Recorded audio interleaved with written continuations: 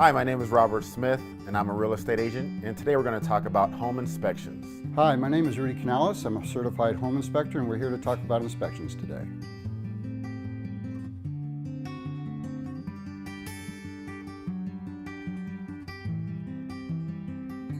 How would you define a home inspection? It's pretty simple. I come in and I represent the buyer.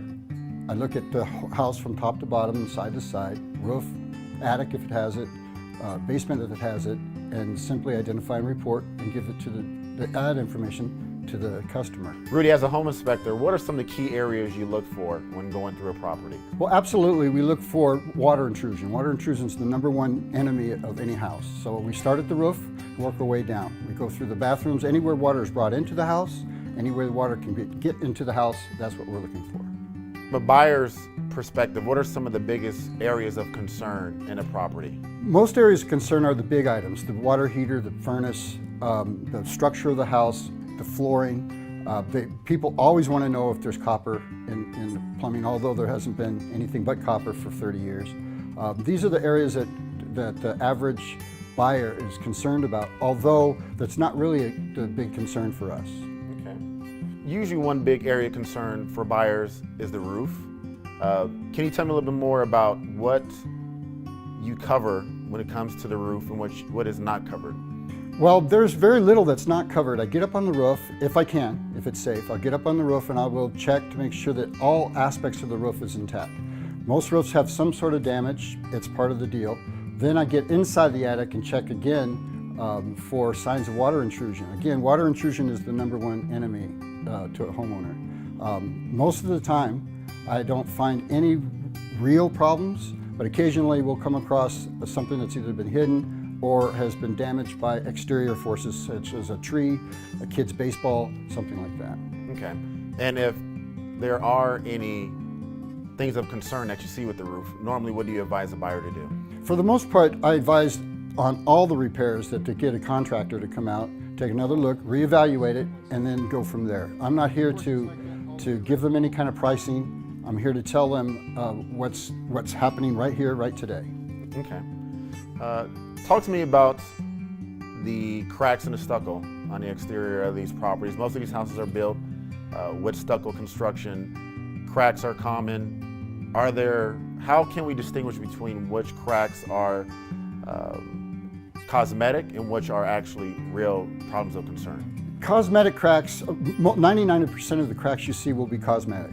The ones that aren't, you can tell they're deeper, they're more, there's more substance to them, they're wider, and they're in areas that look like it's falling apart. It'll come off a corner of a window, it'll be a corner of a house. A lot of times I call them wheelbarrow cracks, where they come by with something, tool, and broke the stucco.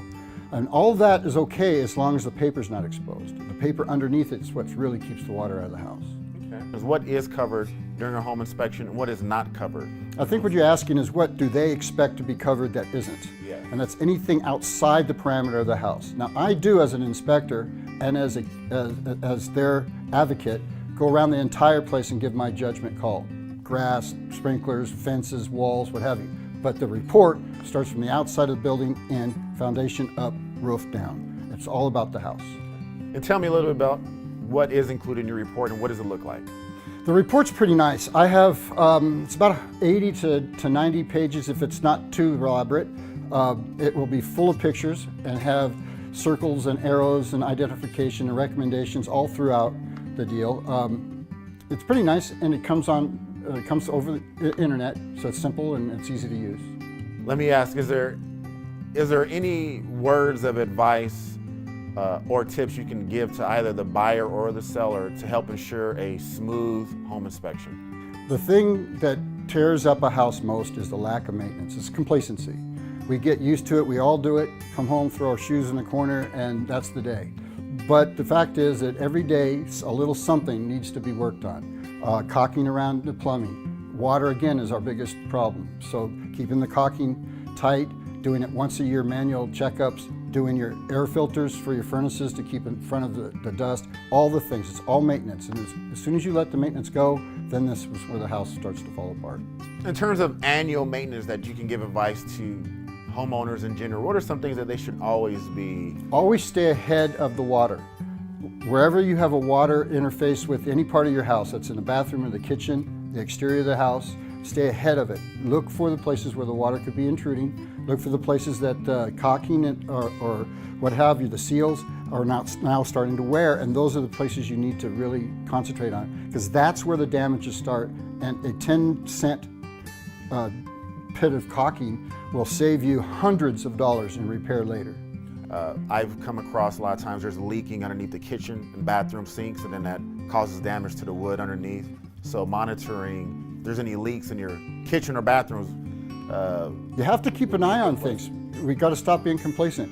Most of the times when that happens, and I've been in plenty of them as well, it's the bottom underneath the sink is so full of stuff that nobody sees it.